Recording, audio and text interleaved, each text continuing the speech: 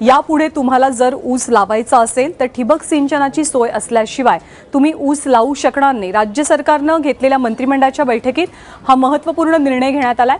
ठिबक सिंचनचा वापर वाढवण्यासाठी प्रोत्साहन म्हणून शेतकऱ्यांना 25% अनुदान सुद्धा दिलं जाईल।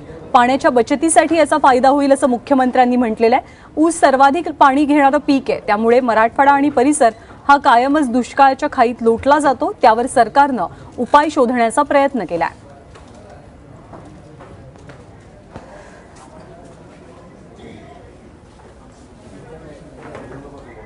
त्यामुळे तुमच्याकडे ठिबक सिंचन असेल तरच तुम्ही ऊस लावू शकणार आहात, कारण ऊस हे सर्वाधिक पाणी शोषून घेणारं पीक आहे।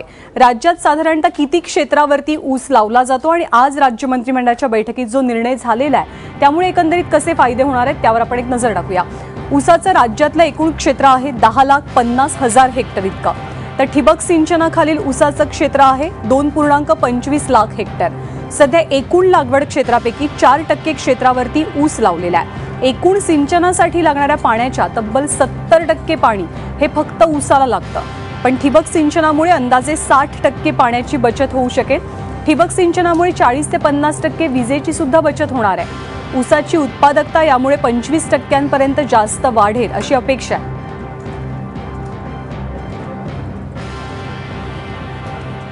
आणि राज्य सरकारने हा निर्णय आत्ताच घेण्यामागची नेमकी कारणं काय, त्याचे फायदे तोटे कोणकोणते आहेत, या सगळ्या संदर्भात आपल्याला अधिक माहिती देतात आपले प्रतिनिधी संदीप रामदासी। ऊसाखाली जे क्षेत्र आहे ते फक्त 4% आहे महाराष्ट्राच्या एकूण लागवड खालील क्षेत्रापैकी, पण जे पाणी लागतं, सिंचन जे लागतं ते जवळपास 70% पाणी हे फक्त या पिकाला लागतं।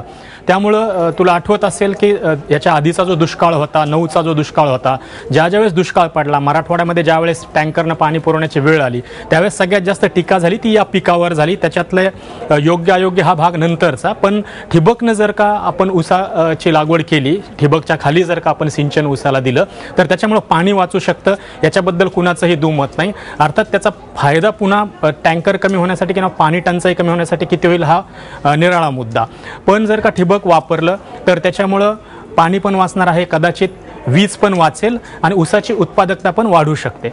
या तिन्ही कारणामुळं हा जर का निर्णय अंमलात आणला, शेतकऱ्यांना वेळेत जर का त्याच्यासाठीचे कर्ज अनुदान उपलब्ध करून दिलं आणि आणखी जे काही याच्याबद्दल शरद पवारांनी, माजी केंद्रीय कृषी मंत्र्यांनी काही शंका ज्या उपस्थित केल्या होत्या मागं, त्याच्यामध्ये सगळ्यात महत्त्वाची होती की ज्यांच्याकडे कॅनॉलनं पाणी आहे त्या शेतकऱ्यांनी काय करायचं, आणि अशा पद्धतीचे 3-4 ज्या काही शंका आहेत त्यांचं निरसन केलं तर मला वाटतं की येत्या काही दिवसात, काही वर्ष कदाचित लागतील, पण ठिबक खाली जर का ऊस आला तर याच्यामध्ये सगळ्यांचाच फायदा होऊ शकतो, विन विन सिच्युएशन ही असू शकते।